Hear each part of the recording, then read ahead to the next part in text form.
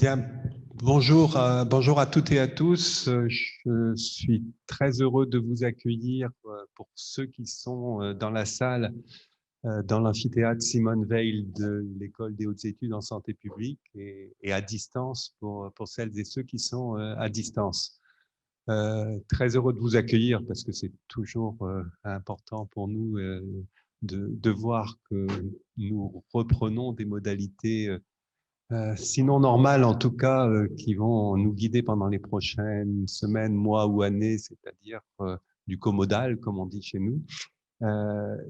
Mais aussi très heureux de vous accueillir par rapport au sujet, puisque nous sommes honorés que cette tournée de l'Agence du numérique en Bretagne puisse avoir lieu ici dans les locaux de l'École des hautes études en santé publique. Alors, je ne voudrais pas être trop long parce que vous avez deux tables rondes très nourries, très riches et intéressantes qui vont suivre, mais peut-être vous donner quelques éléments qui, à mon sens, sont importants à considérer dans le paysage rennais. Le premier, pour vous dire que donc, même si vous êtes accueillis ici à l'École des hautes études en santé publique, cela fait partie aussi d'un projet que nous avons sur le site de Rennes qui va faire une place importante et au numérique et à la santé, puisque nous sommes dans une démarche qui est d'ailleurs la raison pour laquelle je dois vous quitter juste après. Nous sommes dans une démarche de mise en place d'un établissement public expérimental avec l'Université de Rennes et avec un certain nombre de partenaires d'écoles pour faire en sorte qu'on puisse avoir une dynamique forte sur le plan académique et de recherche sur le site.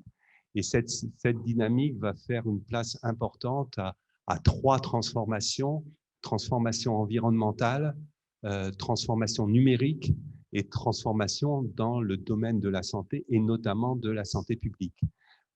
Et donc, le fait que nous accueillions ici la tournée sur numérique et santé vient conforter ce que l'on est en train de mettre en place autour de cet établissement public expérimental.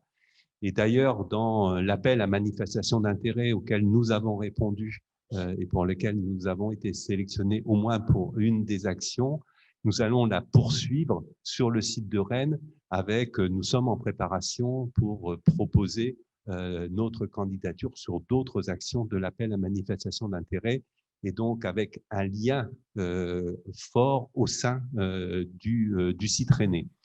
Donc ça, c'est peut-être l'élément global sur lequel je voulais insister parce que encore une fois, c'est une dynamique collective que nous souhaitons mettre en place ici. Deuxième point, peut-être pour revenir plus sur l'école, donner quelques éléments sur ce qui est important pour nous au sein de l'EHESP quand on envisage les aspects numériques en santé. Et très rapidement, je donnerai trois éléments.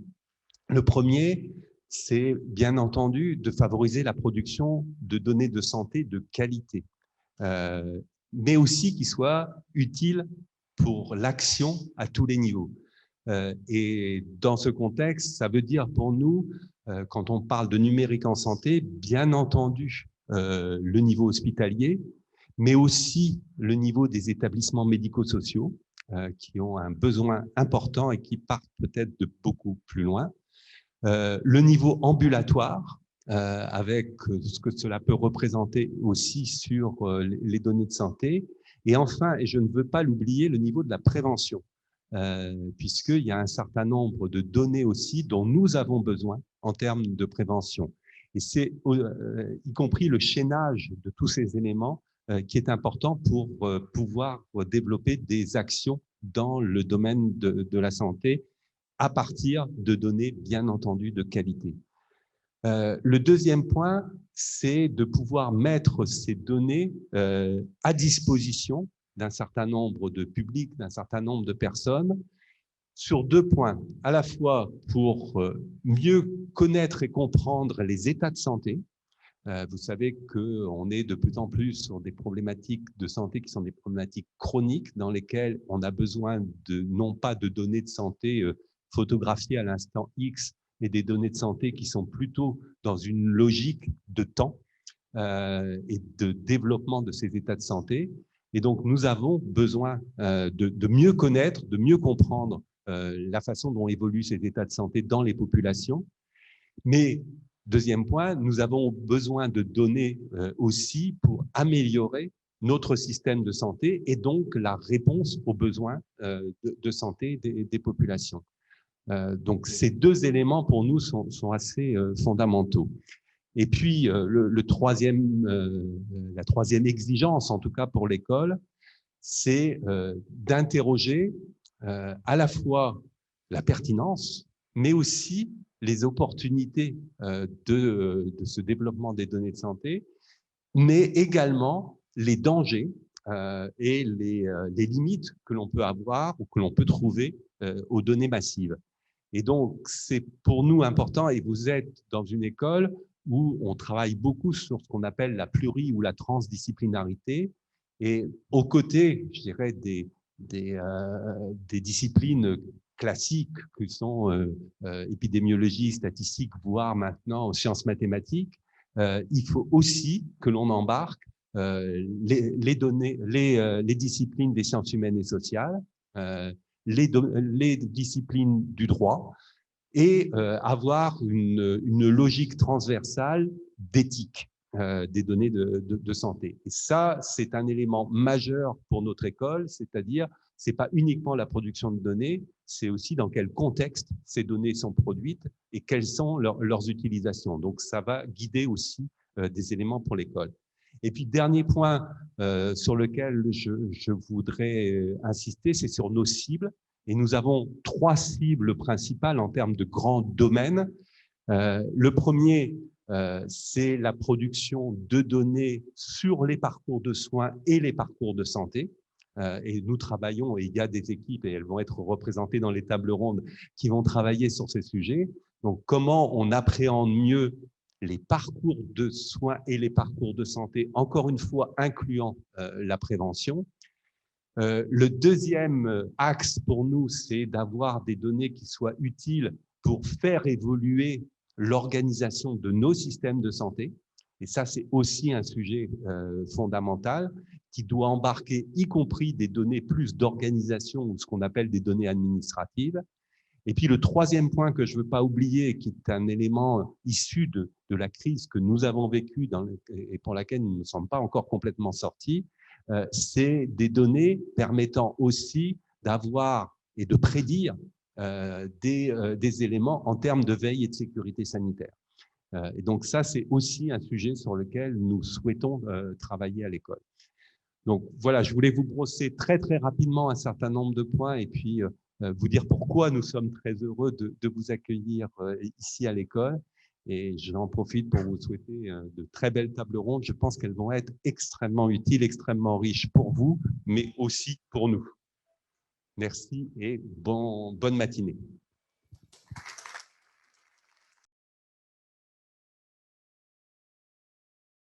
Merci beaucoup, M. Chambaud. Donc, très rapidement, déjà, merci beaucoup de nous accueillir à l'EHESP. Et on voulait remercier également tous les acteurs qui ont contribué à organiser cette journée, donc l'ARS, la DRETS, la DRARI, BSB. Du coup, merci à tous aussi d'être présents, donc à distanciel et en présentiel. Je vais m'asseoir également, ce sera plus simple. Je ne vais pas être très longue.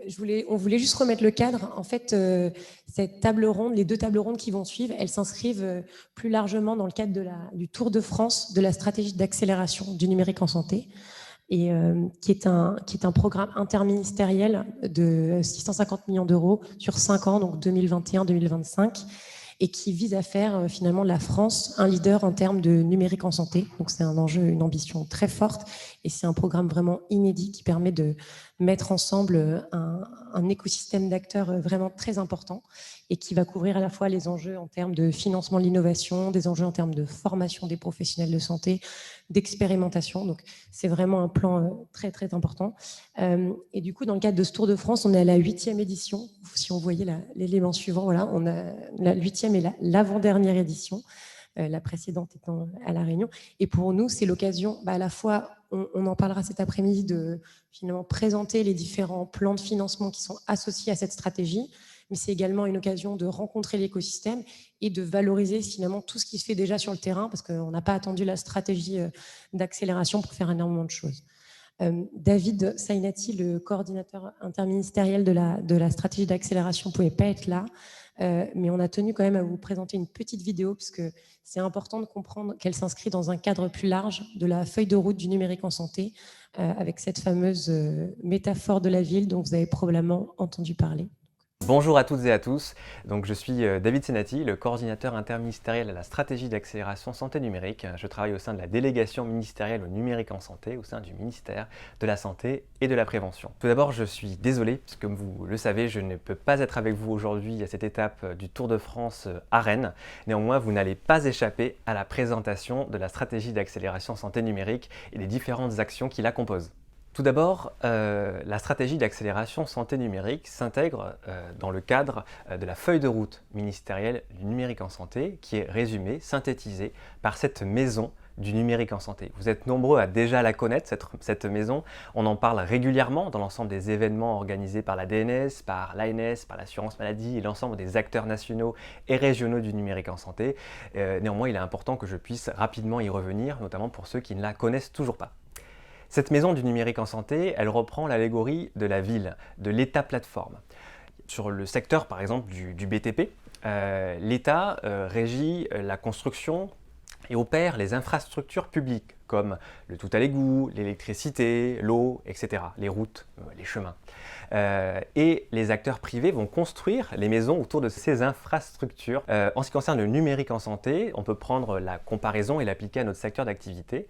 L'État réalise les infrastructures, les services et les référentiels socles que vous voyez apparaître à l'écran en dessous de la maison, qui sont l'ensemble des référentiels et des services qui sont développés par la puissance publique afin de permettre aux acteurs industriels, aux acteurs qui développent des projets en santé numérique, de s'y pluguer facilement et de se focaliser sur la valeur ajoutée et l'essence même de leurs services numériques en santé afin de leur faire gagner du temps et de les focaliser sur l'essentiel. Ces services socles et ces référentiels socles sont en dessous de la maison, constituent donc le socle de base du numérique en santé.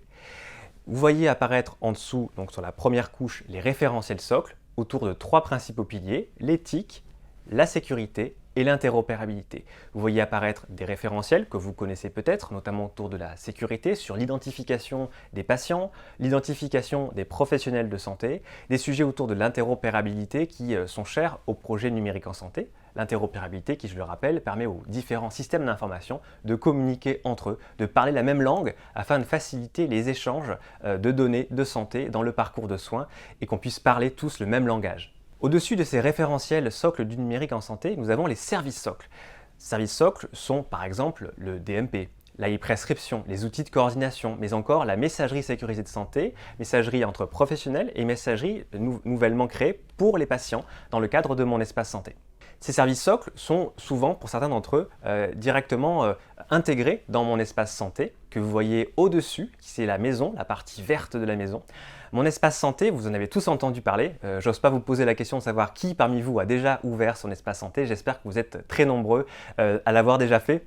Si ce n'est pas le cas, je vous invite à le faire d'ores et déjà sur monespacesanté.fr.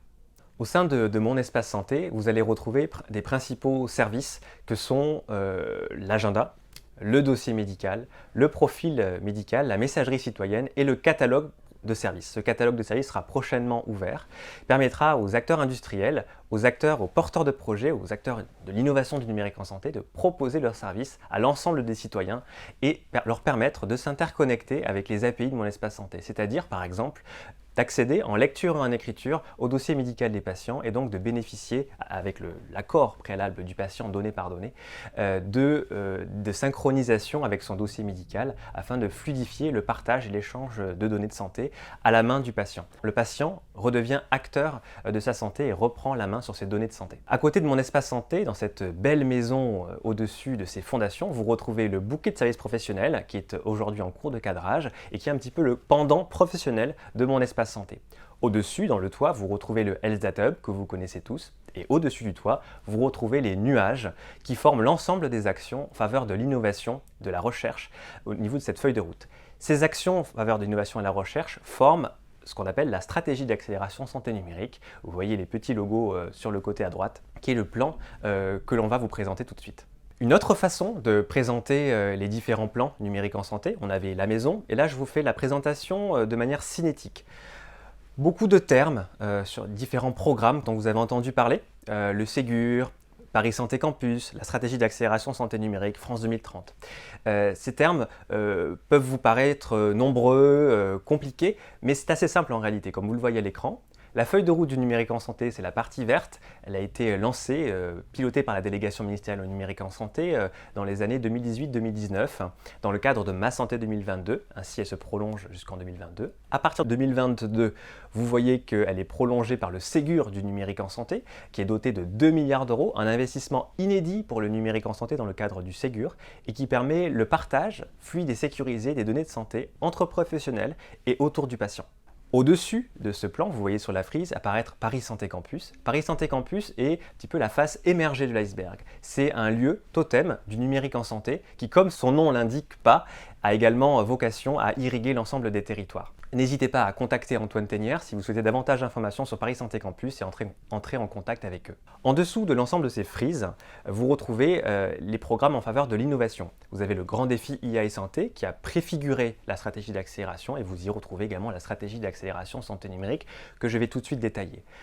À noter, la stratégie d'accélération santé numérique s'intègre dans le cadre du plan France 2030 qui vise à faire de la France un leader dans différents secteurs prioritaires, dont la santé numérique. Une vingtaine d'autres secteurs font l'objet de stratégies d'accélération, comme par exemple le cloud, la cybersécurité, l'intelligence artificielle, le bois, les forêts, l'espace, bref, beaucoup de secteurs qui vont faire de la France un moteur dans le monde pour l'économie de demain, et la santé numérique en fait partie. Nous sommes très fiers de pouvoir coordonner ce programme.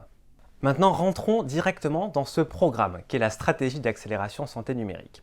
Cette stratégie d'accélération est une stratégie inédite, non seulement par son montant, 650 millions d'euros alloués à l'innovation dans le numérique en santé, mais également dans le fait qu'elle est interministérielle. C'est la première fois qu'un programme en santé numérique est interministériel. Nous travaillons tous ensemble, tous les ministères ensemble, pour faire avancer ce secteur. C'est inédit et l'ensemble des ministères concernés sont associés. Le ministère de la Santé, bien sûr, le ministère de l'Économie, le ministère de l'Enseignement supérieur et de la Recherche, ainsi que le secrétariat général pour l'investissement. La stratégie d'accélération santé numérique est découpée, ventilée en 5 principaux axes qui suivent la ligne de vie des porteurs de projets en santé numérique. Tout d'abord, l'axe numéro 1, la formation. Doté de plus de 80 millions d'euros, la formation au numérique en santé est un axe essentiel, un axe primordial. On ne peut pas arroser du sable, on va dire, avec le numérique en santé et l'innovation numérique en santé, si derrière il n'y a pas d'usage. Ça ne sert à rien de développer des projets toujours plus innovants, toujours plus convaincants, si les professionnels de santé ne s'en accaparent pas, si les usagers n'ont pas confiance dans ces outils.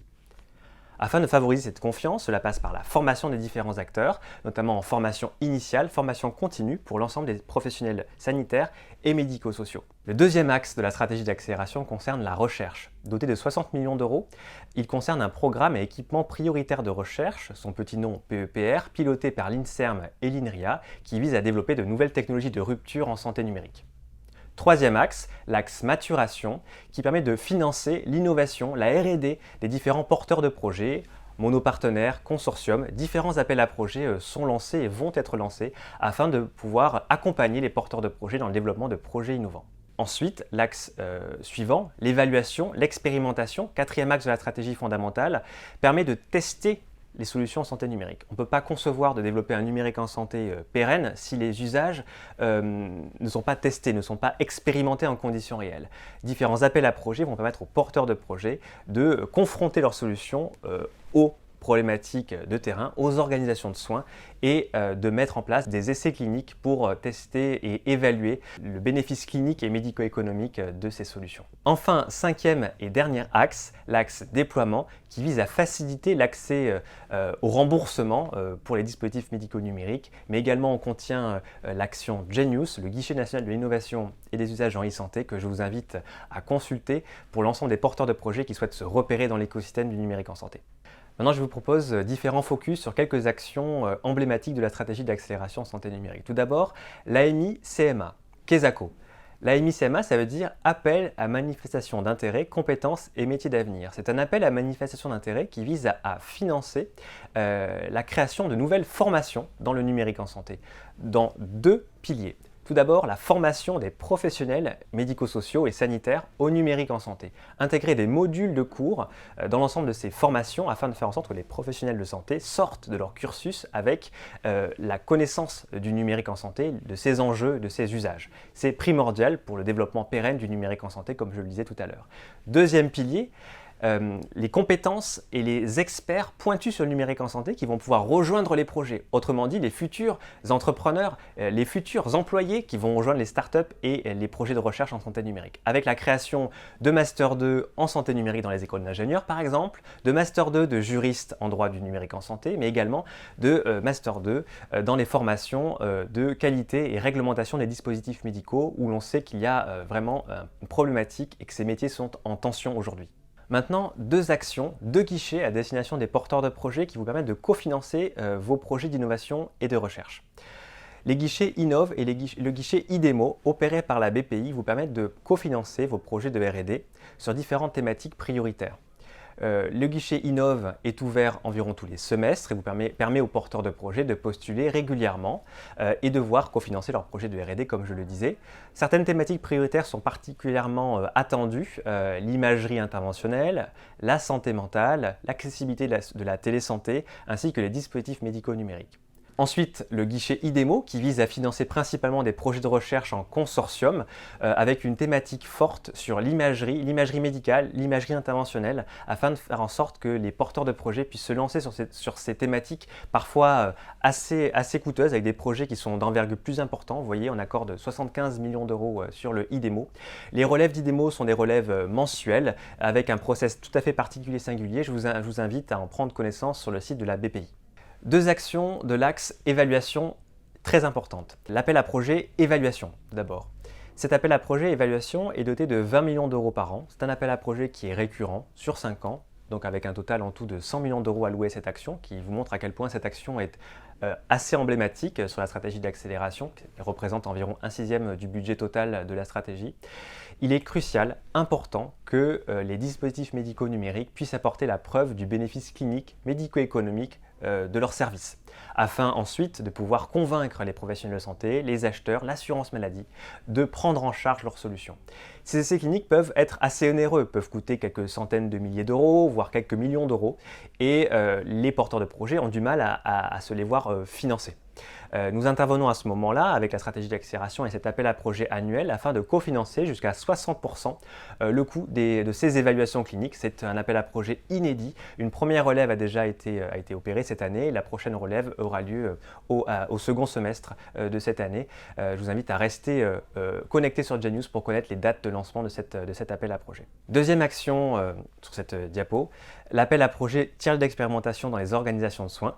Un appel à projet emblématique également, doté de 63 millions d'euros, qui vise à créer 30 terrains d'expérimentation dans les organisations de soins, afin que vous, porteurs de projet, puissiez tester vos solutions en conditions réelles, au plus près des patients, des professionnels de santé, des systèmes d'information hospitaliers et dans les organisations de soins. Lors de la consultation publique préalable au lancement de la stratégie d'accélération, vous nous avez signalé ce manque de terrain d'expérimentation. Du coup, on va en créer plus de 30 sur toute la durée de la stratégie d'accélération et vous allez pouvoir être environ 100 projets à pouvoir être expérimentés dans ces terrains d'expérimentation sur l'ensemble du territoire. Enfin, dernière action emblématique que je souhaitais vous présenter aujourd'hui, l'accès anticipé. C'est une mesure également très symbolique. Cet accès anticipé est totalement inédit. Vous êtes nombreux, fabricants de dispositifs médicaux numériques, à souhaiter être remboursés par l'assurance maladie. C'est ce process de remboursement qui est aujourd'hui assez long. Les premiers dispositifs médicaux numériques à avoir été remboursés ont mis en place ce process, ça leur a pris quelques années. Grâce à cette action, lancée dans le cadre de la loi de financement de la sécurité sociale pour 2022, et donc l'accès anticipé sera lancé dans les tout prochains mois, vous, porteurs de projet, pourrez bénéficier de cet accès, de ce fast track qui va permettre de vous rembourser par anticipation 12 mois pendant lesquels vous allez pouvoir réaliser vos démarches administratives en vue du remboursement pérenne. Donc c'est vraiment 12 mois pendant lesquels vous allez pouvoir réaliser ces démarches administratives tout en étant déjà remboursé et déjà accessible et prescriptible par l'ensemble des professionnels de santé sur le territoire. Ça va vous permettre donc de gagner du temps, d'avoir davantage de visibilité sur le processus de remboursement, mais également d'obtenir beaucoup d'informations, beaucoup de données de vie réelle sur votre dispositif qui sera déjà largement prescrit pendant ces 12 mois.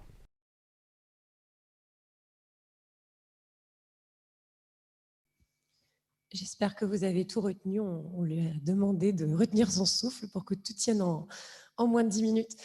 Donc très rapidement, je pense qu'on va avoir plein de questions qui vont arriver. Pour introduire rapidement les tables rondes, donc pour permettre finalement un système de santé efficace, personnalisé, humaniste, on voit bien que les données de santé ont un rôle vraiment essentiel à jouer. Parce que c'est par le traitement, le croisement finalement d'un grand volume de données de qualité, et ça va être notamment un des enjeux de la table ronde numéro 1, que les recherches les plus impactantes peuvent être menées pour améliorer le dépistage, le traitement de maladies, pour élargir et améliorer les méthodes d'évaluation de la prise en charge. Et par ailleurs, l'ouverture des données de l'accès aux données de santé, que ce soit par des organismes publics ou finalement des opérateurs privés, pourront permettre de tirer de multiples profits, que ce soit en termes d'accroissement de la connaissance relative à l'offre de soins, pour la recherche et l'innovation en santé, pour la veille et la sécurité sanitaire. Et donc, on le voit bien, les opportunités sont multiples et posent de nombreuses questions. C'est ce qui nous a amené à choisir le sujet des données de santé pour ces 2 tables rondes, pour cette édition du Tour de France.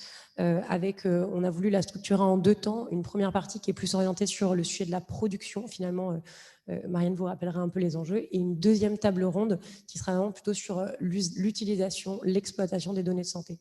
Sans plus attendre, je propose aux intervenants de la table ronde numéro 1 de nous rejoindre. Et bonne conférence.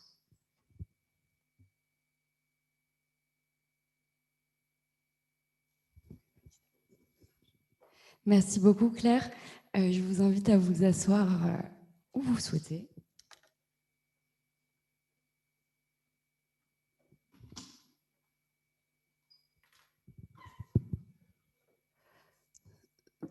Donc, nous avons aujourd'hui 4 intervenants. Nous avons à distance Mathilde Wang. Élodie, c'est bon, tout fonctionne côté Mathilde. Mathilde, est-ce qu'on peut faire un petit test ? Oui, bonjour à toutes et tous. Est-ce que vous m'entendez ? Parfaitement bien, merci beaucoup. Ensuite, nous avons Marcoudia, qui est donc PUPH en informatique médicale auprès de l'Université de Rennes et au CHU de Rennes et qui travaille aussi à l'INSERM. Bonjour à tous et à toutes. Nous avons ensuite Morgane Lemay, qui de son côté est juriste et DPO auprès du... Morgan. Je retiendrai pour le reste, auprès du CHU de Brest. Nous allons excuser Marie Pirotet qui malheureusement n'a pas pu finalement en dernière minute se joindre à nous. Pour pouvoir débuter cette table ronde, nous avons donc la grande question de favoriser la production des données de santé. On va essayer de jalonner ça en 3 temps forts, avec une première question autour de la garantie de production des données de qualité. Donc, je pense qu'on va pas mal s'interroger sur cette question de qualité. Qu'est-ce que c'est qu'une donnée de qualité ? Et le préalable nécessaire qu'on a toujours, c'est le volet réglementaire. Il a donc été un peu abordé déjà dans les présentations précédentes. Pardon. Donc, Morgan, je vais vous laisser peut-être de votre côté nous expliquer ce qu'est ce cadre réglementaire. Oui, bonjour à tous. Et puis, merci pour cette invitation. Alors, le cadre réglementaire, le but, c'est pas de faire un cours de droit aujourd'hui, mais c'est plutôt de rappeler un peu les règles qui régissent la production de ces données de santé au sein de nos établissements publics de santé et qui respectent aussi un cadre éthique, parce que tout à l'heure, on a parlé d'éthique et ça va souvent de pair avec le juridique, surtout quand on parle de données de santé. Donc, je dirais que déjà, les données de santé sont des données qui ne sont pas comme les autres, ce sont des données qui sont particulièrement sensibles et donc qui sont régis par des règles renforcées au niveau légal et réglementaire. Et on va retrouver, je dirais, 3 aspects de textes qui sont très importants. Donc, c'est le Code de la santé publique qui va régir le périmètre d'accès à ces données-là, de partage entre les professionnels de santé. Donc, on parle d'équipes de soins notamment. C'est des choses qui sont maintenant fondamentales et qui sont quand même très connues de nos professionnels, qu'on tend quand même à rappeler sur ces conditions de partage, d'échange, de façon sécurisée entre les professionnels qui prennent en charge nos patients, enfin les patients de nos établissements. Ce code de la santé publique, il est là aussi pour rappeler les règles d'hébergement, parce on en parle de plus en plus. L'hébergement des données de santé, c'est un hébergement qui est particulièrement réglementé, et donc l'établissement public de santé, ils hébergent leurs propres données sous forme avec des référentiels particuliers de sécurité et d'infogérance, mais il est possible aussi également que ces données de santé soient hébergées en extérieur. Donc, auprès de prestataires, de sociétés que l'on connaît très bien, ça peut être le CIB par exemple, OVH, etc. Et donc, ils doivent respecter des garanties supplémentaires. Et donc, voilà, juste, je ne vais pas non plus trop développer sur cet aspect-là. Le deuxième aspect, c'est le règlement général sur la protection des données. Donc, c'est une réglementation européenne qui date de 2018, que je pense que vous en avez quand même pas mal entendu parler, et qui en fait a amené des nouvelles obligations et qui a renforcé les obligations des établissements publics de santé pour notamment renforcer certains aspects qui sont en particulièrement l'information des patients. Et c'est quelque chose qu'on va retrouver de façon centrale dans, je pense, nos discussions, parce que sur les projets de recherche comme les projets d'innovation, on aura toujours cet élément central qui est l'information du patient, et notamment sur les questions liées aux entrepôts de données de santé. Voilà, un peu sur je ne vais pas m'étendre sur le règlement en général sur la protection des données, qui n'est pas, le premier texte en France, puisque ce sont des questions qui avaient déjà été régies par la loi informatique et liberté de 78. Et par ailleurs, une autre question qui peut être intéressante, c'est le quid de la propriété des données, parce qu'on parle de périmètre d'accès aux données, de protection des données, mais la propriété telle quelle des données, est-ce qu'elle existe? En fait, pas vraiment, non. Il n'y a pas de texte sur la propriété des données de santé, même propriété des données de caractère personnel de façon générale. Les données ne sont pas appropriables. Par contre, ce qui est protégeable et valorisable sont les bases de données. Donc, voilà, peut-être que dans le cadre de vos établissements et de projets de recherche ou innovants, vous avez pu valoriser les bases de données de recherche en les protégeant, comme un titre de propriété intellectuelle.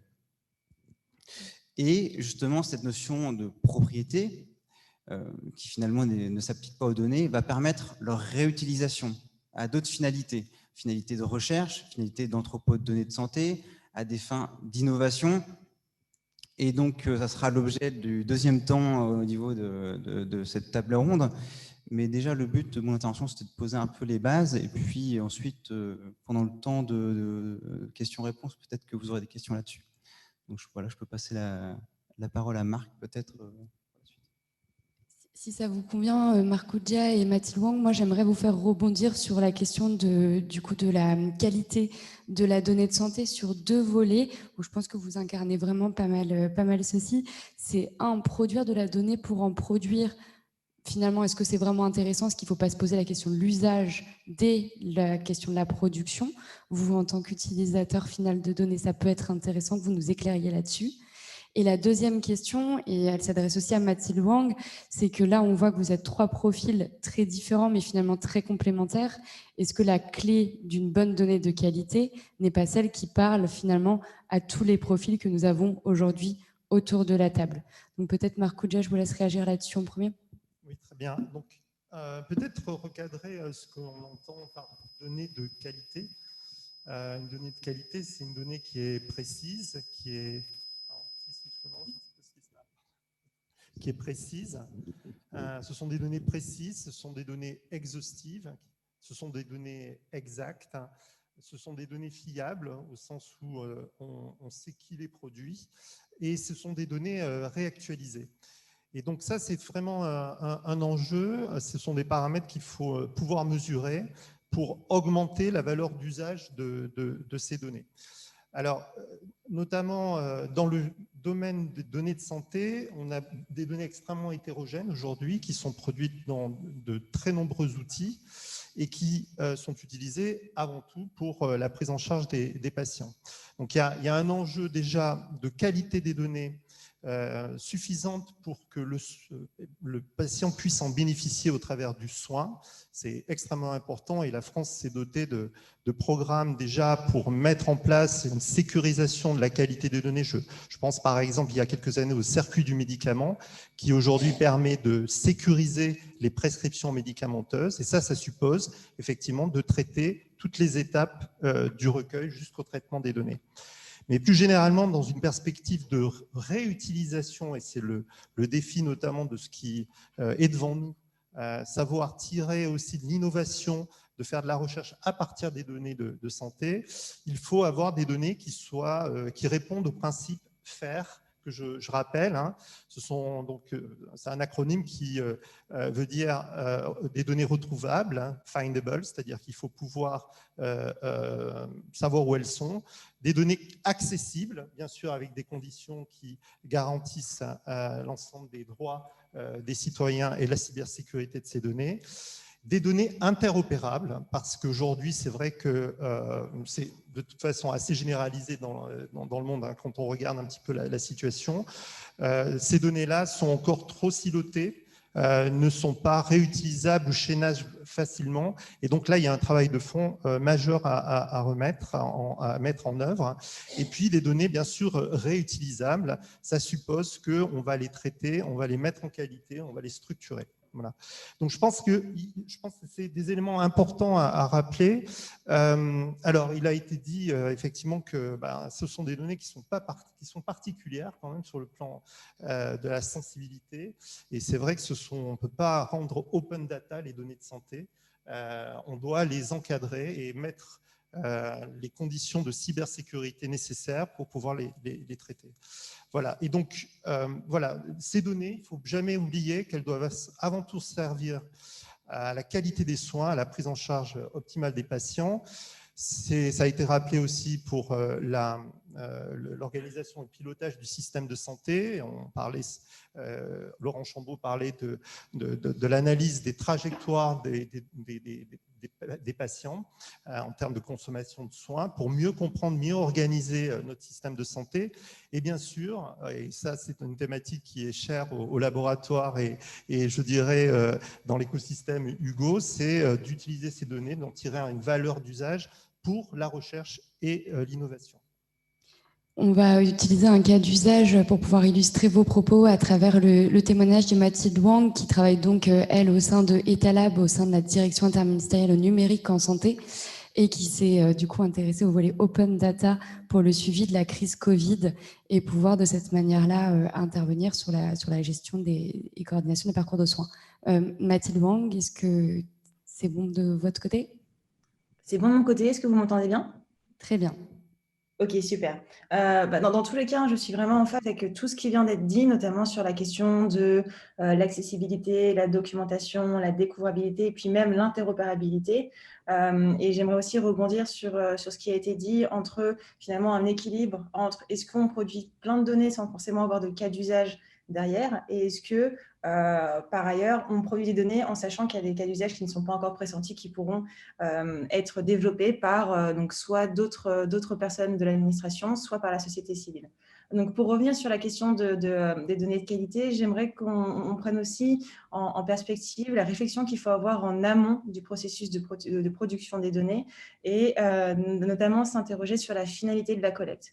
Donc, pour ça, il faut déjà se poser la question sur l'usager final de la donnée, comprendre quels sont ses besoins, pourquoi est-ce qu'il va exploiter les données et dans quel objectif. Donc, on parlait notamment du parcours du patient, donc c'est très important. Donc, ça, c'est le premier volet pour l'usager final déjà pressenti, mais ensuite il y a un second volet qui est de se poser la question de qui pourrait réutiliser ces données dans une autre perspective, dans une autre finalité. Et c'est là où ça devient intéressant et c'est là où on pourra prendre l'exemple de la crise Covid-19 parce que ça ouvre énormément d'opportunités, mais ça nous force également à avoir un prisme qui n'est pas uniquement métier. Et c'est là où c'est un petit peu compliqué. Si je rentre dans l'exemple de la crise Covid-19, donc on a publié beaucoup d'indicateurs, donc là encore une fois je souligne le mot indicateur et pas données de santé, sur l'évolution hospitalière de la crise crise Covid-19 avec une réflexion sur comment est-ce qu'on produit ces données sur le terrain, comment est-ce qu'on les agrège en centrale pour pouvoir analyser l'évolution de la pandémie. Donc, c'était vraiment, on va dire, ici, l'usage final premier de cette donnée. Mais il fallait également penser en parallèle la collecte pour faciliter d'autres prises de décision. Donc, par exemple, la réallocation des ressources hospitalières ou encore une réflexion sur la publication de ces données en open data pour que ces dernières puissent être réutilisées, soit par des chercheurs donc, qui vont proposer une analyse un petit peu plus poussée, soit par des citoyens qui vont proposer des services qui informent sur l'évolution de la crise, ou encore par des entreprises. Donc, il y a vraiment une réflexion très globale sur comment est-ce qu'on fait en sorte que les jeux de données publiés, produits lors de la crise sanitaire puissent déjà, dans un premier temps, répondre aux besoins qui étaient exprimés par les autorités et par l'administration, mais aussi pour d'autres besoins. Donc, pour pouvoir mener cette réflexion sur la qualité, déjà, il faut des ressources. Il faut avoir une infrastructure technique qui est suffisamment flexible pour pouvoir s'adapter aux besoins mouvants. Donc, si je reprends l'exemple de la crise sanitaire, on avait un système informatique qui s'appelle Civic, qui était déjà assez flexible, qu'on a pu adapter pour pouvoir non seulement comptabiliser les patients qui rentrent à l'hôpital, mais les patients atteints par le virus. Donc ça, c'est une flexibilité qui nous a permis d'agir assez rapidement.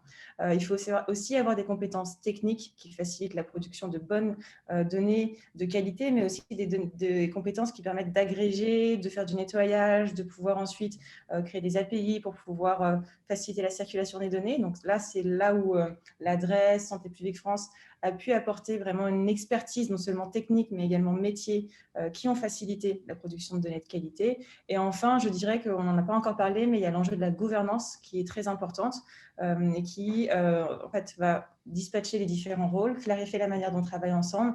Et c'est très important pour pouvoir assurer une production de données très fiable. Merci. N'hésitez pas à rebondir de votre côté. Marco Gia.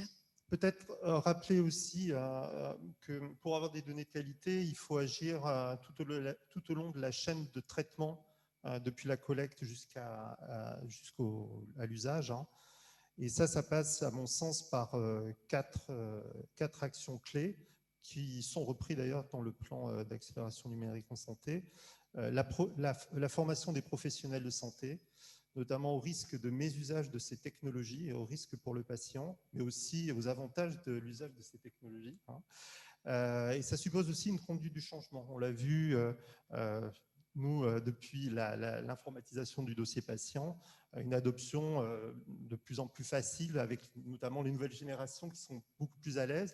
Mais je pense que l'action 1, notamment du plan santé numérique, va être vraiment majeur en termes d'impact pour la formation des professionnels de santé de façon initiale ou continue.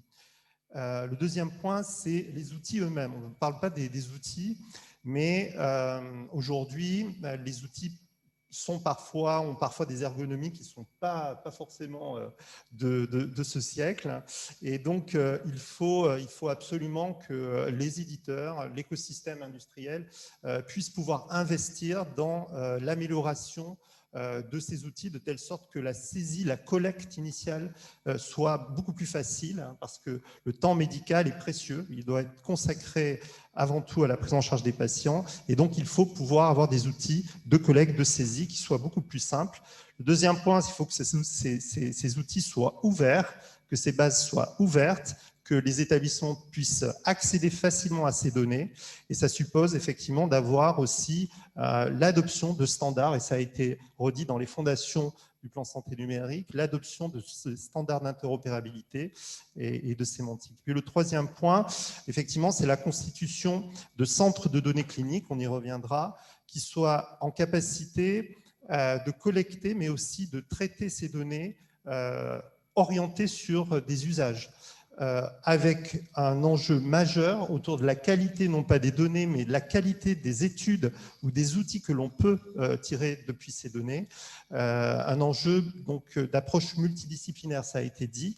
Et je pense que pour ça, il faut créer et développer, non pas des entrepôts de données qui restent juste des outils techniques, mais surtout doter ces entrepôts d'équipes qui sont en capacité de faire de la recherche numérique en santé translationnelle, c'est-à-dire que ces outils que l'on développe à partir des données puissent rencontrer une réalité sur le terrain et au service du patient. Ça me semble vraiment l'enjeu majeur qui est devant nous. Vous m'avez fait une parfaite transition, merci. Effectivement, une fois qu'on s'interroge sur la qualité de la donnée, on s'interroge aussi sur la quantité, mais surtout leur circulation. Comment est-ce qu'on passe d'un monde à l'autre, et vous l'avez touché du doigt, du monde clinique au monde de l'innovation, au monde académique. Et du coup, je voudrais interroger d'abord Morgan Lemay là-dessus, de savoir à quel point est-ce que votre métier, votre poste peut évoluer aussi au sein de l'hôpital, et en quoi est-ce que vous pouvez vous positionner, vous, comme une position un peu conseil sur tous ces sujets-là, puisque les hôpitaux sont en train de s'ouvrir au fur et à mesure sur ces volets d'entrepôt de données, le mot a été prononcé. Oui, merci. Alors, c'est vrai que sur cette question de la réutilisation des données, déjà, je dirais que la transition de Marc Udia était vraiment intéressante là-dessus, parce que pour passer d'un monde à l'autre, il y a effectivement besoin d'équipes, selon les sujets. Et c'est vrai qu'on va prendre le premier aspect, celui de la recherche clinique, parce que la réutilisation de données peut être faite dans le cadre de recherche impliquant la personne humaine, ou de recherche n'impliquant pas la personne humaine sur des données rétrospectives. Et en fait, pour des établissements qui disposent de DRCI, c'est vrai que ce sont quand même des process assez rodés qui sont connus sur le formalisme CNIL qui s'est quand même allégé ces dernières années. Les différentes démarches réglementaires qui sont à faire auprès des CPP, des comités de protection des personnes, de la SNSM, la NSM, pardon, c'est pas la même chose, ou du comité éthique local. Et le rôle du délégué à la protection des données, c'est aussi de veiller justement à ce que ces données-là soient collectées de façon réglementaire et éthique aussi, parce que, comme l'a rappelé Marc, il y a parfois un mésusage des données de la part des professionnels qui ne sont pas forcément acculturés justement à la manipulation des données de santé. Comment est-ce que je peux les récupérer? Par quel biais? Est-ce que je peux le faire tout seul? Est-ce que je dois demander l'autorisation à quelqu'un? Est-ce que je dois informer mon patient? Etc. Donc tout ça, c'est des choses qui ne sont pas encore forcément connues, qui tendent justement à être connues par les professionnels de par la sensibilisation, la culturation, cette volonté d'être innovant en santé. Mais c'est vrai qu'en matière de recherche impliquant la personne humaine, sans forcément m'étendre là-dessus, on a déjà des protocoles qui sont quand même connus, des procédures, etc. Donc, c'est déjà un peu plus facile de pouvoir savoir comment on va travailler sur ces sujets-là. Ensuite, il y a la question des entrepôts de données de santé. C'est aussi, je dirais, un élément qui est de plus en plus connu parce qu'on le voit bien que les CHU se dotent beaucoup d'entrepôts de données de santé qui ont différentes finalités, qui vont avoir une finalité de soins, pour aider les professionnels dans le cadre de la prise en charge de leurs patients, une volonté d'utilisation pour plutôt des aspects institutionnels, de pilotage, d'activité, pour améliorer le codage d'activité par exemple, et puis ensuite, il va y avoir un volet recherche et innovation, avec des données qui seront finalement déjà collectées, déjà standardisées, donc quasiment en fait prêtes à être partagées. Mais c'est vrai que ça reste quand même des démarches qui sont lourdes, qui sont compliquées à mettre en œuvre. Il faut quand même des équipes qui soient derrière, parce que ce n'est pas uniquement du juridique, ça va être du technique aussi pour les mises en place de ces entrepôts de données qui nécessitent une infrastructure particulièrement protégée. Et ensuite, je dirais qu'il y a le volet innovation, qui est vraiment le vent en poupe. Et c'est vrai qu'au CHU de Brest, on a de plus en plus de sociétés, de start-up qui sont spécialisées en santé, qui souhaitent être accompagnés par l'établissement pour améliorer leurs projets. Ils arrivent avec des projets d'algorithmes pour, par exemple, tout ce qui va être algorithme de détection des AVC, prédiction des AVC, prédiction au niveau des urgences. On voit aussi beaucoup d'applications à domicile qui commencent à se développer. Et c'est vrai que pour donner un exemple un petit peu concret, en ce moment, on travaille avec une société de l'Est de la France qui met en place en fait un suivi des plaies post-opératoires. Donc l'objectif, c'est de gagner du temps au niveau médical, de faire en sorte que les patients puissent aussi être acteurs de leur santé. Et après l'opération, cette application-là, qui est aussi suivie par une infirmière à domicile, permettra à la personne de collecter des données de sa plaie tous les jours, et l'algorithme travaillera lui pour connaître l'évolution de la plaie, savoir si elle évolue de la bonne façon ou si elle évolue pas de la bonne façon, et en fonction pouvoir avoir un avis médical quasi journalier, mais à distance. Et c'est vrai que pour ça, les startups, elles ont besoin d'être alimentées en données. Et c'est là où la question est compliquée, parce qu'on n'a pas forcément cette acculturation de comment transmettre des données de santé à des startups qui sont des privés, sans forcément demander le consentement des patients. Donc, il y a des mécanismes qui existent, notamment d'anonymisation. Donc, c'est vraiment un sujet sur lequel il faut vraiment travailler, à mon avis, parce qu'il y a un vrai sujet qui se développe sur l'anonymisation des données de santé, qui permettent justement de sortir du cadre réglementaire et d'en faire des données qui ne sont plus rattachées à un individu et qui pourront être ensuite exploitées librement. Mais ces questions-là sont encore en développement et il faut encore continuer à y travailler. Oui, donc sur la massification de ces données, bon, c'est un constat et ça ne va pas s'arranger. On va voir à l'avenir une quantité, une production de données de santé vraiment considérable. Je prends par exemple l'exemple de l'anatomopathologie qui devient numérique aujourd'hui. Le CHU de Rennes a un gros projet sur ces sujets. Sur ce domaine, et on voit qu'on est au-delà de l'imagerie médicale conventionnelle, sachant que les plans de coupe sont tellement fins que ça prend une place absolument considérable. Alors comment on va gérer ces gisements de données, comment on va pouvoir les réutiliser au-delà du soin, c'est vraiment un défi majeur. Le deuxième point, c'est que face aussi à cette production, ça a été rappelé, je pense qu'il y a des besoins d'intégration de ces données. Alors ça sert à ça un entrepôt de données en fait. Ça sert à désiloter les différentes sources de données de telle manière à ce qu'on puisse croiser ces données ensemble, les chaîner, les croiser, déjà à l'échelle d'un établissement. Mais l'enjeu, il va bien au-delà. Parce qu'un entrepôt de données de santé, c'est les données collectées, produites par l'établissement ou le GHT. Mais l'enjeu, bien sûr, c'est de pouvoir croiser ces données avec d'autres sources, de données d'autres établissements, mais aussi avec des grandes collections nationales. Je pense en particulier au SNDS, au Système national des données de santé, de telle manière à ce qu'on puisse avoir véritablement autour de populations une vue 360 degrés en fait, de leurs problèmes de santé pour mieux les caractériser, pour exploiter vraiment tous ces aspects. Et donc, ça suppose effectivement de mettre en place tout un ensemble de stratégies qui se sont mises en œuvre, peut-être pas assez vite à mon sens, parce que la compétition internationale est très importante sur ces sujets, et le plan d'accélération numérique est vraiment vient à point nommé de ce point de vue-là. Mais il y a des sujets d'évolution des métiers, d'évolution des systèmes d'information, notamment dans les hôpitaux, mettre en place des calculateurs, des fermes de GPU, par exemple, c'est des nouveaux métiers.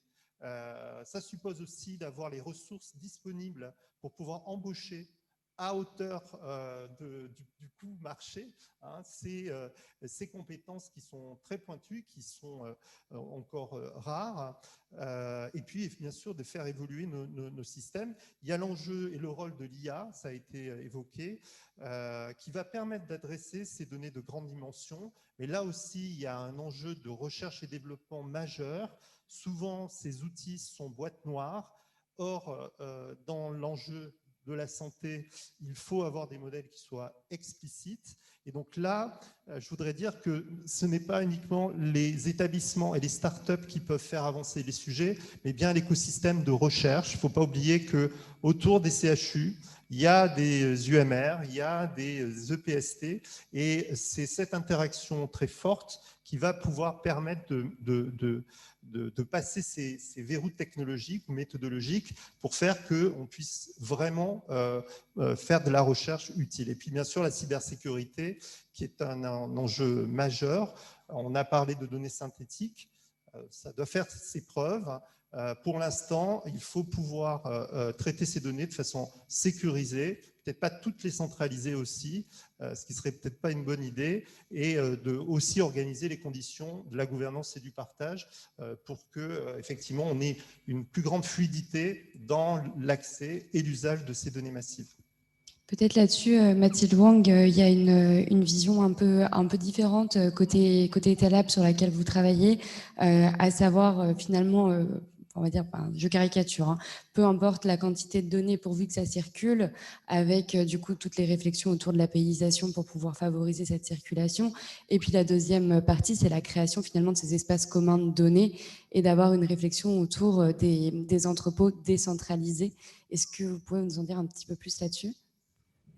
Oui, tout à fait. Alors, j'aimerais peut-être prendre un petit peu de hauteur et rappeler que donc il y a les moyens techniques pour arriver à un objectif. Et là, l'objectif, je pense qu'il est commun entre nous tous, c'est aboutir à un cadre vertueux d'échange, de centralisation et d'exploitation des données.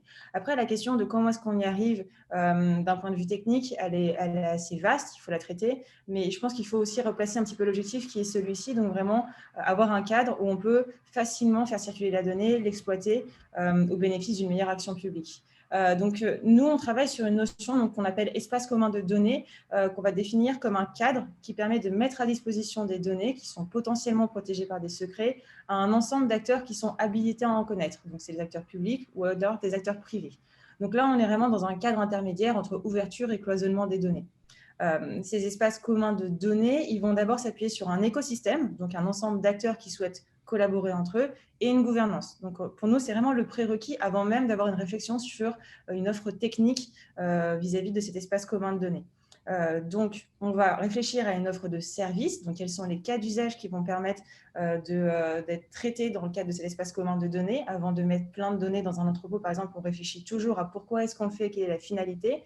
Et pourquoi pas, après, on va avoir une réflexion sur l'offre technique. Et effectivement, il y a bien sûr la question de l'entrepôt de données qui va émerger parce que c'est une solution qui est très intéressante et qui permet d'aller plus loin dans l'exploitation de données.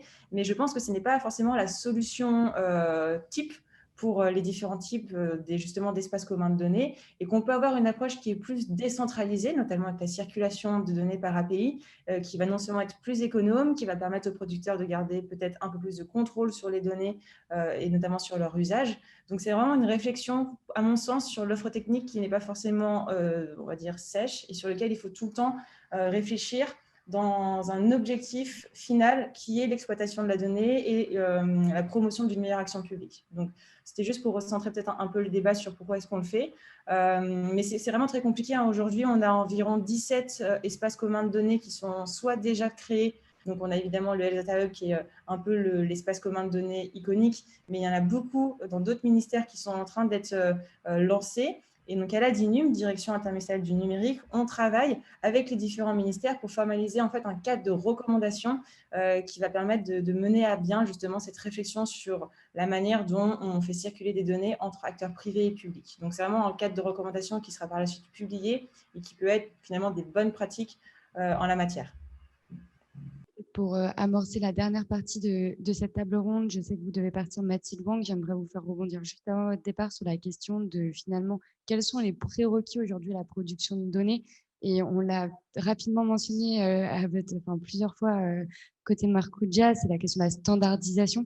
Est-ce que finalement, ce n'est pas la clé pour réussir à faire dialoguer et à interagir l'ensemble des écosystèmes qui vont venir après se nourrir des différentes données?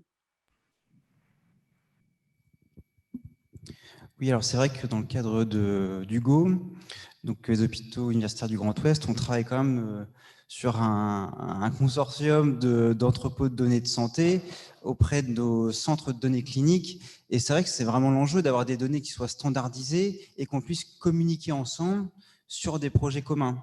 Et on travaille beaucoup là-dessus, sur le fait que on puisse être la porte d'entrée, avoir un guichet unique pour les projets, qu'ils soient académiques ou industriels, et que sur ces projets-là, avec une demande qui soit particulière, une expression de besoin, je dirais même vraiment une expression de besoin, parce que c'est ce qui est repris pour les demandes d'accès aux données du Health Data Hub, qu'on puisse y répondre de façon assez facilitée, je dirais, parce que finalement, nos centres de données cliniques et nos entrepôts sont construits de la même manière, avec des données qui sont caractérisées et qui sont désilotées. Parce que c'est vrai que selon les établissements de santé, que ce soit le CHU de Rennes, le CHU de Brest, de Nantes, d'Angers, etc., on n'a pas forcément les mêmes logiciels, on n'a pas forcément le même DPI. Donc, concrètement, les données ne sont pas standardisées, organisées de la même manière. Donc, il faut réussir à faire ce travail en amont d'extraction, de standardisation, pour qu'ensuite nos entrepôts ils puissent communiquer et qu'on puisse transmettre des data marts, des jeux de données qui soient, comment dire, le plus exploitable possible ensuite pour les destinataires. Donc peut-être que Marc pourra développer un peu plus cet aspect-là. Oui, effectivement. Donc, ce qu'il faut quand même comprendre, c'est qu'on n'aura pas, on a reçu nos collègues de consortium allemand il y a quelques jours, on a comparé nos approches, on n'aura pas dans le domaine de la santé des données structurées, organisées, de qualité, tout domaine. Ça, c'est un vœu pieux. On a tous voulu un dossier patient informatisé, structuré, mais ce n'est pas la vraie vie, ça. La vraie vie, c'est qu'on a ce que l'on a, au sens où, par exemple, 80% en gros des données qui sont contenues dans un dossier patient sont non structurées, sont textuelles. Qu'est-ce qu'on fait, Donc, vouloir aller dans une standardisation ultime, ça me semble un vœu pieux. Il faut standardiser tout ce que l'on peut. Et puis, il faut aussi innover, avoir des stratégies qui permettent d'exploiter ces données non structurées. Donc, il y a des travaux sur le traitement automatique du langage, par exemple, qui permettent, notamment avec l'IA, d'essayer d'extraire des informations d'intérêt depuis ces comptes rendus ou des features d'images. Et donc là, il y a un enjeu vraiment de recherche et d'innovation qui va prendre du temps. Il faut aussi voir que ce que l'on met en place, ce n'est pas pour 5 ans, c'est pour les 20 prochaines années. C'est vraiment un effort de longue haleine sur lequel il faut des doctorants, des postdocs, des ingénieurs qualifiés et bien sûr, surtout, et c'est l'esprit de Hugo, et notamment au-delà d'Hugo, d'autres réseaux d'établissements qui se configurent un peu comme nous, de partager nos expériences et nos expertises pour mettre justement ces stratégies de mise en qualité communes. Mais je pense qu'il faut quand même savoir raison garder. Les données ne seront jamais qualifiées, structurées, organisées parce que c'est la vraie vie, parce que la standardisation aussi peut bloquer l'innovation. Les connaissances médicales évoluent très vite, les référentiels sémantiques très vite. Il faut avoir une stratégie agile autour des données de santé. Nous, par exemple, sur le Grand Ouest, on a un enjeu, on a un gros projet avec le Health Data Hub qui s'appelle HugoShare. Et donc, on doit mettre en qualité nos données de biologie. Alors, on parle de données structurées. Simplement, aujourd'hui, tous les établissements ont un catalogue de données différent. C'est historique. Voilà. Donc, on fait un effort majeur de mise en qualité vers un référentiel qui est promu par l'ANS, qui est un référentiel qui s'appelle LOINC, pour mapper, pour organiser nos données vers ce référentiel. Mais quand on dit ça, ce n'est pas un sujet technique, c'est un sujet extrêmement métier. C'est-à-dire que pour pouvoir le faire, il faut embarquer les biologistes de chacun des établissements, qu'ils comprennent pourquoi on le fait, qu'ils comprennent ce que c'est ce référentiel et qu'ils soient d'accord et qu'ils mappent, qu'ils nous aident à mettre en correspondance. Vous voyez ? Donc c'est un effort vraiment très important et c'est un effort aussi qui engage la responsabilité de celui qui le fait vis-à-vis du producteur ou du responsable de données.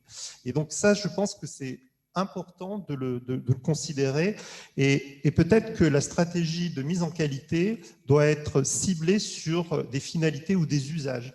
Parce qu'on pourrait très bien mapper tous les catalogues de données de biologie, mais on y passerait un temps infini aux dépens peut-être d'une recherche qui ne nécessiterait que d'une collecte ciblée et organisée des données. Vous voyez ? Donc je pense qu'il faut aussi prendre en compte ce caractère très hétérogène des données et de l'effort majeur qui est devant nous à mettre en œuvre. Et bien sûr, on va y arriver, mais ça va prendre du temps. Donc, merci beaucoup pour cette intervention. Vous venez de briser un rêve jacobin de la standardisation totale de toutes les données. Mathilde Wang, de votre côté, vous, c'est un sujet qui vous préoccupe de manière permanente. Quels sont les travaux qui sont un peu entrepris du côté interministériel ?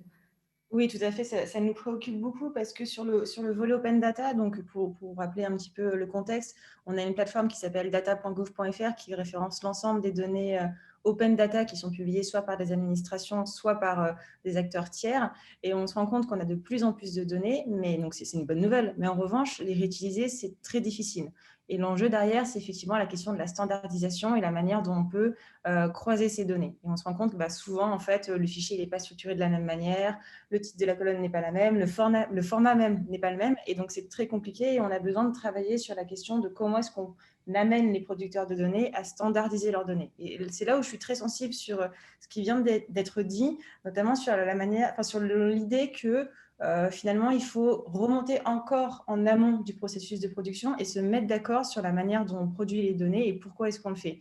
Et c'est vrai qu'il y a beaucoup de producteurs de données, ils ne comprennent pas pourquoi on leur demande de mettre telle et telle colonne, de structurer le fichier de telle manière, parce qu'ils sont dans leur prisme métier et il faut arriver à un consensus général où un ensemble de producteurs de données se rencontrent, proposent déjà des solutions, proposent également identifie des contraintes et on travaille en groupe sur l'identification d'un schéma de données qui est commun à tous. Mais ça prend beaucoup de temps et c'est des initiatives qui sont par ailleurs assez chronophages et isolées. Donc, on a proposé un service qui s'appelle schéma.data.gouv.fr qui référence l'ensemble des schémas de données en France qui sont produits par différents producteurs. Et sur ce site, il y a des discussions entre producteurs de données pour aboutir à des schémas de données sur une thématique précise. Donc, par exemple, les subventions, par exemple, la localisation des bornes de recharge électrique, toutes sortes de choses. Et je pense qu'on pourrait même aboutir à ça sur le volet de la santé. On va même plus loin pour aider les producteurs de données à produire un jeu de données conforme à un schéma. Donc, on a un site qui s'appelle publier.etalab.studio.fr qui permet justement de sélectionner un schéma de données